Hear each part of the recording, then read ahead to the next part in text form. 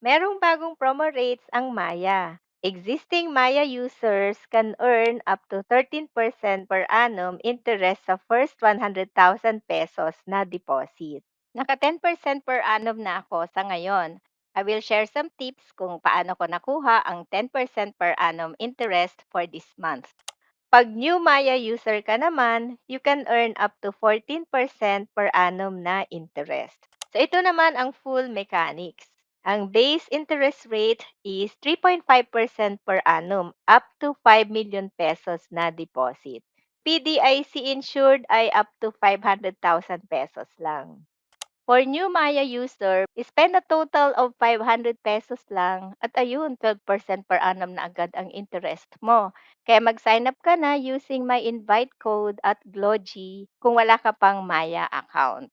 And then may additional na 1% na bonus interest kung smart postpaid user ka and additional 1% ulit pag nag-refer ka naman ng friend mo using your invite code.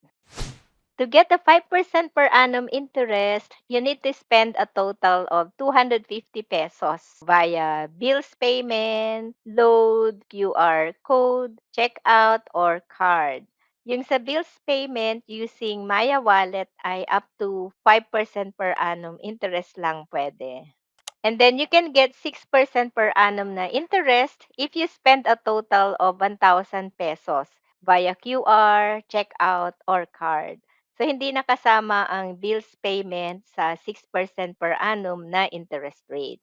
You can get additional 1% if you spend a total of 1,000 pesos using Maya Credit on QR or Maya Shop. You can get additional 2% if you spend a total of 25,000 pesos using Maya QR code, checkout, or Maya card. And then you can get additional 2% na interest if you spend a total of 35,000 pesos. Hindi ko ginamit ang Maya credit ko kaya hanggang 10% per annum lang ang inabot ko. Nakapag-spend ako ng total na 35,000 pesos. Pero bulk of my spending ay from my contributions to Pag-ibig MP2 and SSS. I paid 25,000 for my MP2 contribution using Virtual Pag-ibig and then binayaran ko via Maya e-wallet. And then yung 4,200 pesos naman ay sa SSS contribution that I paid using my SSS account and paid using Maya e-wallet. Hindi ko ginamit ang bills payment sa Maya e-wallet kasi hanggang 5% per annum lang ang interest pag ginamit ang Maya bills payment regardless of the amount na binayaran mo. Yun lang may convenience fee na 5 pesos sa Virtual Pag-ibig and 16 pesos naman sa My SSS app. Pero nabawi ko na yung convenience fee sa aking daily interest. Yung ibang expenses ay ginamit ko naman sa pagbili ng basic necessities sa Lazada using Maya Checkout.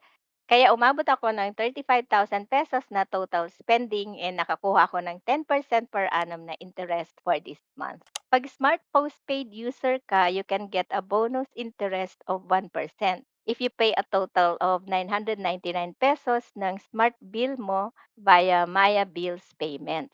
Get additional 1% if you refer a friend with your username as invite code. If you found this video helpful, hit the like button for the YouTube algorithm and to reach a wider audience. Thank you.